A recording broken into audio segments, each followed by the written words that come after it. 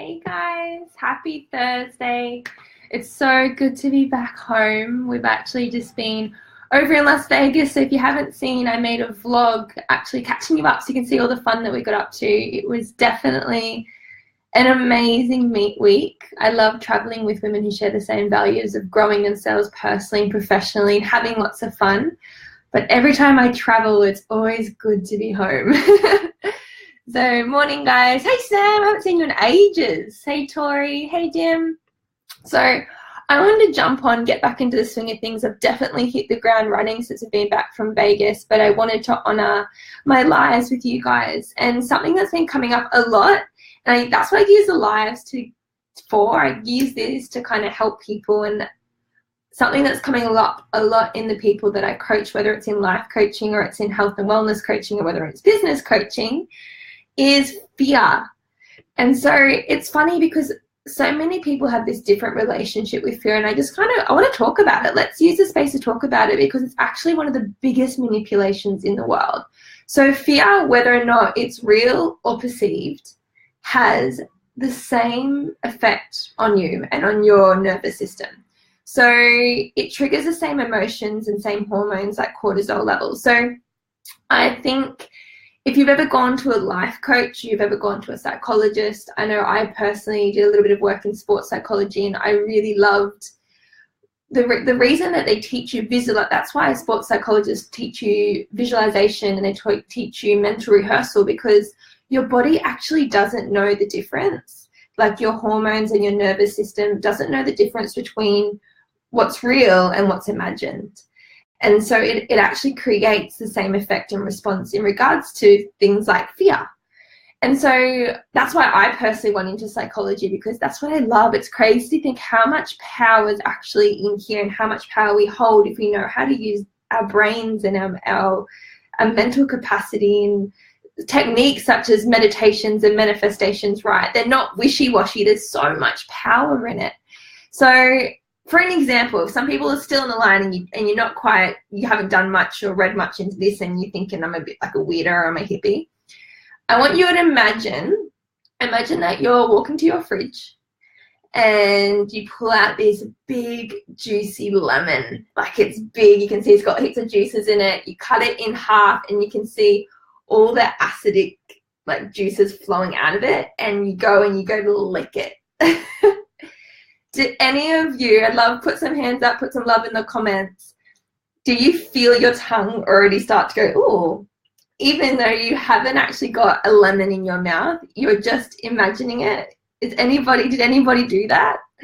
Because it's crazy. It's a perfect example of what's actually happening. If you can imagine something, your body responds as if it's real. It doesn't know the difference.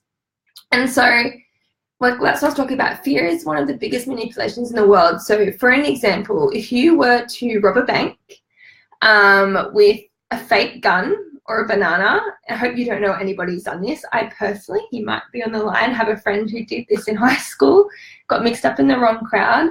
But if you go to rob a bank, even if you don't have a real gun, you will still get arrested and charged for armed robbery, even though you couldn't hurt anyone with a fake gun or hurt anyone with a banana, but you actually still inflict fear on somebody. And that's why fear makes people think irrationally. In this case, it can make people hand over money, even though they know it's not something they should or shouldn't do. It makes them abandon their values, abandon all logical ways of thinking, and it makes them do things that they probably wouldn't usually do. And so that's why fear is the tactic that terrorism use. Terrorists use. That's why some people have prejudiced views, that some people, instead of turning to love, they turn to fear. It's because terrorism uses that fear and manipulates what we know is right, what we know is rational. It makes us think silly. It's a tactic that government uses. Like fear helps us do things that we probably wouldn't normally do or we don't want to do. So fear is something that the government uses so we pay our taxes, even though who wants to hand over taxes? Fear is what the government uses so we don't just go into a shop and pick out everything we want and just walk out without paying for it. Fear is what your parents used to use when you were growing up, so you didn't go out, well, some of us probably still did, sneak out and go to that underage party and get drunk on the weekends because you had this fear which clouded your judgment, made you do something maybe you didn't want to do. And so, but I know, for example, I remember when I was living over in Hawaii, I did a semester over an exchange there, and there was a month, I can't remember when it was, but there was a big tsunami warning, and it was supposed to be really bad. Like, I remember, I apologize again for my friends and family here in the country, but it was Halloween, and we were all drinking. It was like a street party, and the sirens went off on the whole island on Oahu, and it was supposed to be like a really serious tsunami warning. And so people just abandoned their logic. Like, I was crying, I rang my mum and dad, like everybody was running for high ground. All the hotels up there, like all the high rises, they opened up their doors to let everybody in on the top floor so people would be safe from this tsunami. But what we knew logically is to stay safe, stay calm. But you know what people did? Because they were fearful, they ran around like crazy people. There was people jumping in taxis and not letting other people in the taxis. And I think, I don't know the exact number, but I remember there was a few people that died that night just because of car accidents, because fear, we weren't thinking normally, we weren't thinking rationally, and it was the biggest manipulation that we played on ourselves. And the tsunami didn't even actually happen. I think people ended up surfing the tsunami that night. But it just shows you an example of what fear does to us and how we respond to it, and whether or not it's real or it's perceived, it still has the same effect. But what I think most of us don't talk about is the fear that we actually inflict on ourselves. We have fear about what others might think. We have things that we might want to do, things we might want to be, things we might want to try, whether or not it's things like on your bucket list. I'd love to know, write some things that are on your bucket list that you haven't done because you're scared. I know some things for me were like shark cage diving, skydiving. I've done some pretty crazy hikes, quitting my job, my full-time job, and leaving that security blanket. I'm buying my first property and bringing on a lot of debt. Hey, Les. Some things, what are some things that you're scared of? I know there were some things that I was putting off because I was scared. But when you really tease it out and you work out what that fear is it fear of failure? I'd love to know, what are some things that you're putting off? Is it because you're scared that you're going to fail? Is it because you're fearful of what others are going to think of you? Is it that you're fearful that, what if you're fearful that you're actually going to succeed? That's something that not many of us talk about. What if you actually are great at it? What if you absolutely love it? What if you're successful at it? So many of us actually don't talk about it, but the fear of succeeding. Some of us don't feel comfortable with that. What happens if we do go well at it? And what happens if people expect us to continue to perform? So there's all these fears that stop us from thinking logically. Like I said, fear is one of the biggest manipulations in the world. It hijacks our logical thinking, and it really robs us from some of the most magical opportunities and some of the best things that are ever going to happen to you in your life. So I'd love for you to take some time and think about, if you don't believe me, reflect. Reflection or reverse engineering is the best way to move forward. Yeah, Les, totally agree. The fear of having everything you ever wanted. What if you get everything you want and it's not enough? What if you get everything you want and you're still not happy?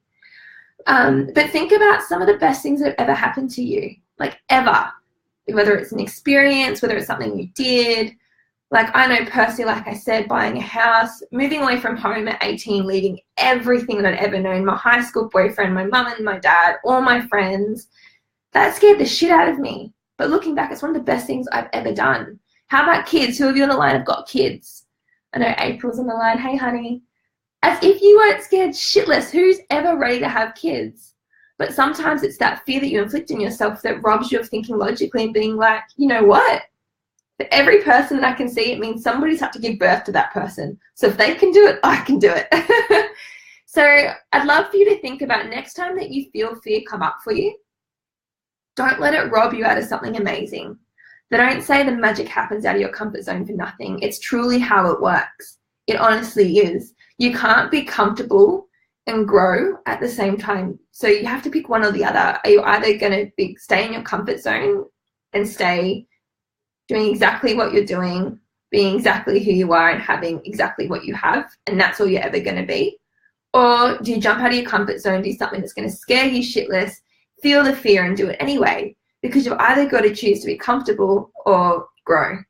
And so when you feel fear come up, I'd love for you to reflect and think about, okay, well, I know this is a manipulation.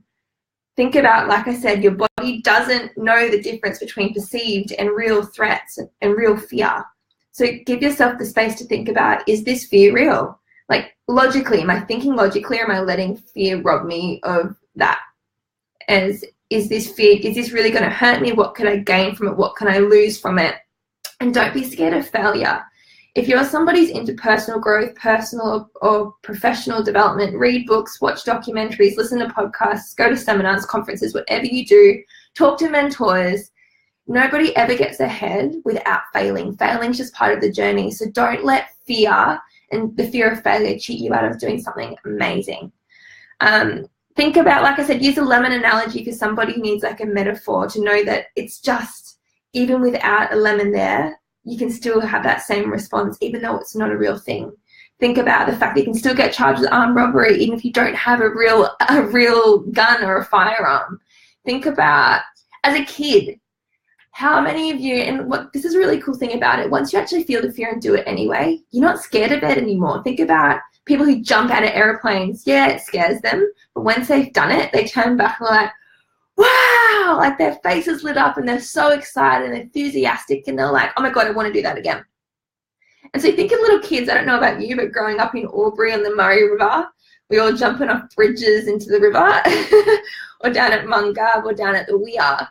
You see little kids who, like, they sit there and they stare at it and they look off the bridge for so long, but once they've jumped it, the first thing they do is they run up and they jump off it again. So think of those analogies and don't let fear cheat you out of some of the best things you're ever going to have in your life. So I encourage you, I support you. 2017 has nearly come to an end. What the hell? Where did this year go?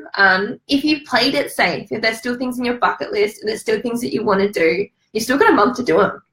Like, I always say every day I try to do something that scares me. It doesn't have to be something big, like something like this. This scares me. I don't get on here and be like, oh my God, this is going to be so much fun. Like, I'm like, what if I stutter? What if I say something wrong? What if I have people, haters, because haters are out there, guys. Don't be fearful of haters. They just add fuel to your fire. You can't have success without failure. You can't have rain without sunshine. You can't have lovers without haters. Everything comes in duality, and be totally okay with that and just embrace it.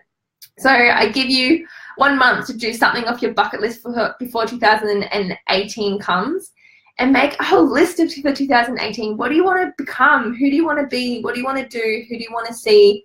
Feel the fear and do it anyway, and just know it's a manipulation. Don't let it cheat you out of some of the best things that you can have in your life. So thank you guys for joining on. Hey Brett, hey Tilia, sending you lots of love, and I will chat to you soon.